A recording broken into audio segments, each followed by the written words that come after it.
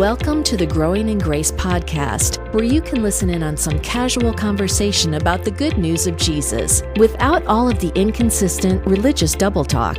If you've ever struggled with feelings of hopelessness, guilt, and despair, or wondered if you're really right with God, it's time to discover the true freedom that comes with the gospel of unlimited and overflowing grace. The Growing in Grace podcast at growingingrace.org.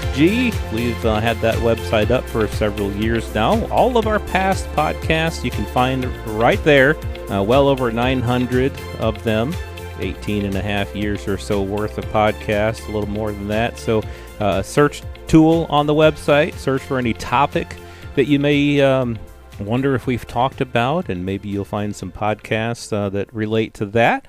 Right now, I am with the coolest man in the world, Mike Kapler. Mike Kapler. I'm Joel Brueseke, by the way. I need to get out more.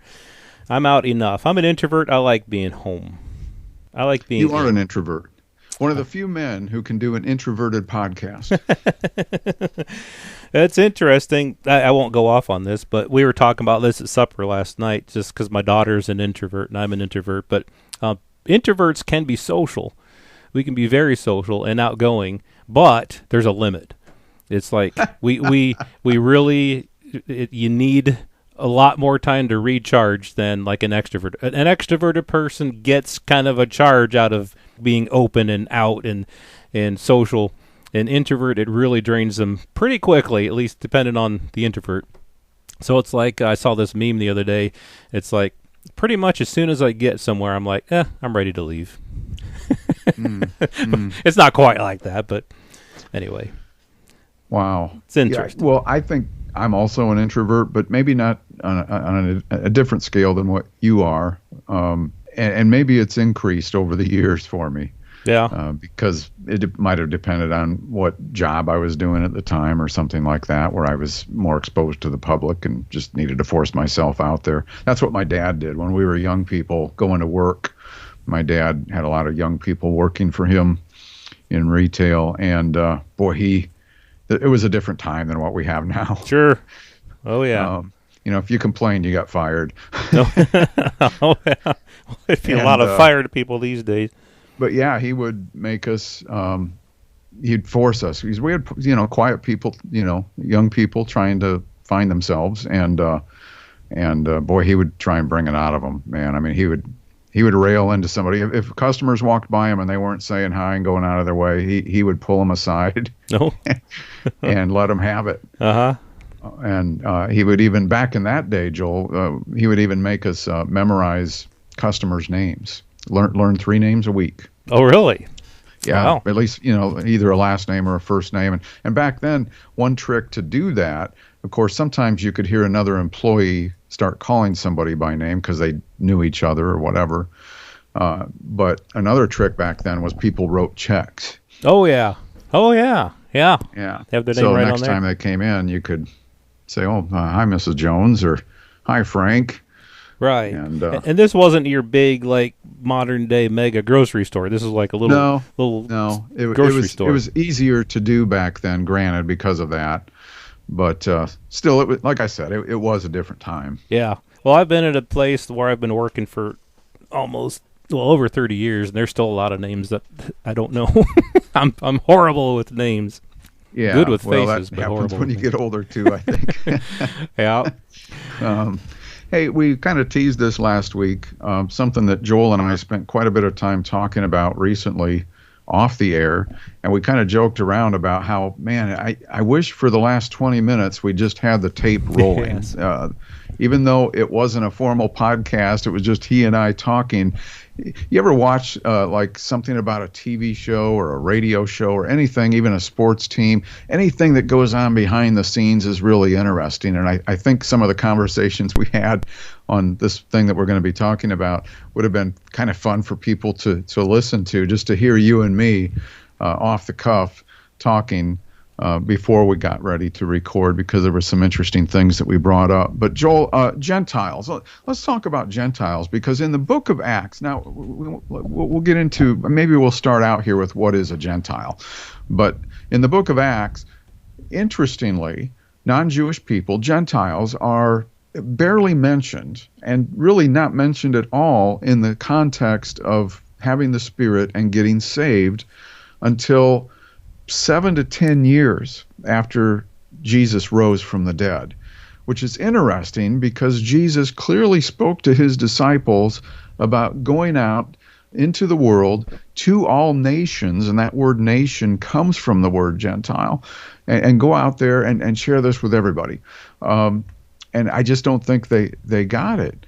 But so what is a Gentile? Well, it's Strong's 1484 is where we see Gentiles in the New Testament. Ethnikos is the Greek word. It means a foreigner. It can also mean a heathen, a non-Jew, a pagan, an outsider from another nation, a non-Israelite. One Helps Word Study says a non-covenant person. And so just wanted to mention that. As we've talked about before on the podcast, it doesn't just mean an unbeliever in general. It's specifically talking about non-Jewish people who may or may not be believers. Now, we know in Christ, since the cross, that there really is no difference between Jew and Gentile, but there certainly was back then, especially in those days, because, the Jews, Israel, such a rich heritage there, going back to Abraham and the days of Moses and all the years and centuries to follow under a law, under what we call an old covenant that God had established on Mount Sinai. And so there was this rich heritage, this historical thing, because, obviously the Jews believed that salvation came through them, something Jesus talked about with the Samaritan woman. And so it seems, Joel, that in the first part of the book of Acts, close to being within that first decade after the resurrection, it seems like Gentiles weren't really on the radar. All the focus was on communicating the message of Jesus with Jewish people. And which, again, is interesting because, like you said, Jesus had specifically told them, whether it's you look at the end of Matthew, he spoke to them, to his disciples, all authority has been given to me in heaven and on earth. Go therefore, well, a lot of versions say, and make disciples of all the nations. But if you look at the original language, it's actually, make disciples, that's a noun, but the word is actually a verb, teach. It should say, go therefore and teach all the nations. That's a side note, but all the nations, not just Jews, not just the Jews that are here in Jerusalem, not just the Jews who are here where we are, but you go and teach all nations. You'll see a similar thing in Luke. But then in Acts 1, it's interesting because they're supposed to be following these instructions that he had given them, and you shall be witnesses to me in Jerusalem and all Judea and Samaria and to the end of the earth. So there's instructions that have been given to them that it involves more than just teaching Jewish people, but they're supposed to be going out to all the nations, to the Gentiles as well. This, previously, the covenant that God had was exclusively with Israel. It was with them. Other people were not allowed in. Well, they could come in, but they had to agree to keep the covenant. Otherwise, Gentiles were completely excluded from God. Ephesians 2 says that Gentiles were far off, without God, having no hope and without God in the world. That was the state of Gentiles before the new covenant, before the gospel of grace. That was the state of Gentiles. Now, things were changing, and this new covenant, which really was not a covenant between God and any people, any group of people, but it was a covenant that he made with himself. He swore an oath to himself, and it was based on the blood of Jesus. And everybody, Jewish people, the people of Israel, and people from all the nations, Gentiles, were going to be included in this. And so they were instructed that this gospel should go out to all the people.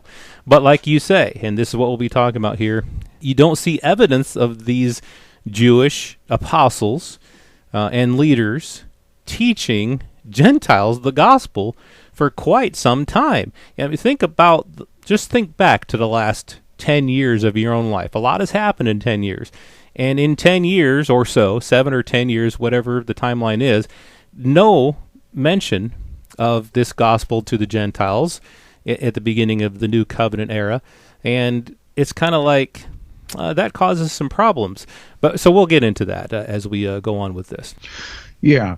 So not only Jesus, even before the cross, telling his disciples, or after the cross, either one, telling his disciples that they're going to go out and share this message with all nations. Again, a root from that implies non-Jewish people, but it didn't quite sink in. I mean, it kind of like, when Jesus would say, that the Son of Man was going to, be beaten, crucified, die, however he said that, and it would rise again on the third day. It's almost like some of what Jesus would say sort of went over the heads. They just didn't quite understand it. They couldn't quite attain whatever it was he was trying to tell them on certain occasions. But in Acts chapter 2, after the Spirit fell on people and tongues of fire rested upon their heads, they began to speak in other languages. It says in Acts 2:5. Now there's this assumption that Gentiles were at this event and were getting saved and having the Spirit poured out upon them as well. But that's not what I see here. In Acts chapter 2, verse 5, it says, "Now there were dwelling in Jerusalem at this time of the Spirit falling on the believers. There were dwelling in Jerusalem devout men from every nation under heaven." Jewish people who came to Jerusalem from other countries who spoke other languages. Mm-hmm. And at the sound of the multitude coming together, they were bewildered because each one of them was hearing them speak in their own language, and they were astonished. And they were kind of saying, wait a minute, what's going on here? Aren't these people from around here? But why are they speaking these languages from where we are, Jewish people, who maybe even lived in Gentile nations? And then Peter went on to give the sermon. And he quotes something from the book of Joel, the prophet Joel. In the last days, Peter says, quoting from Joel, "In the last days it shall be, God declares, that I will pour out my Spirit on all flesh, and your sons and daughters shall prophesy, your young men shall see visions." And he goes on. And then at the end of that quote from that prophet, he says this, "And it shall come to pass that everyone who calls upon the name of the Lord shall be saved." So with all of this in mind, as we've already kind of alluded to, it's interesting that from this point on, here in Acts chapter 2, until, as we've said, most historical timelines will show 7 to 10 years later that Peter would receive a vision from God about Gentiles coming to salvation. Up until that time, it doesn't seem that that was happening. And it kind of makes you go, I wonder why. And this is the kind of stuff I think we want to talk about maybe in the weeks ahead, if it takes that long, because I think there's interesting things to dig up on this. But when we get to Acts chapter 10, which I don't know if we're going to do that today or if we're going to wait until next week here, but we'll get to Acts chapter 10, where Peter has this vision about a Gentile man, a non-Jewish man named Cornelius, and God is directing him to go there.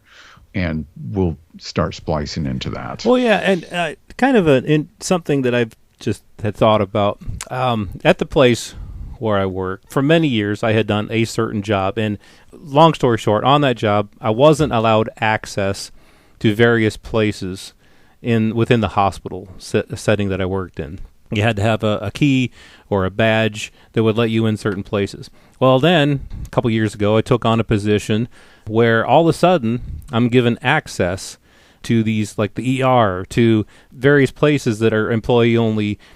You have to work in that area in order to have access to it. And it was kind of weird for me because all those years I didn't have access. I wasn't supposed to go in those places. And then all of a sudden I was given access to it. And I felt for a while, I just felt kind of weird going into those places. And then almost like all these people who have known me for years, knowing that I'm not supposed to go there, now they're seeing me there, going into these places. What are they going to think? In reality, it doesn't really matter. It didn't really matter because I was given access to that, and that's where I was supposed to go.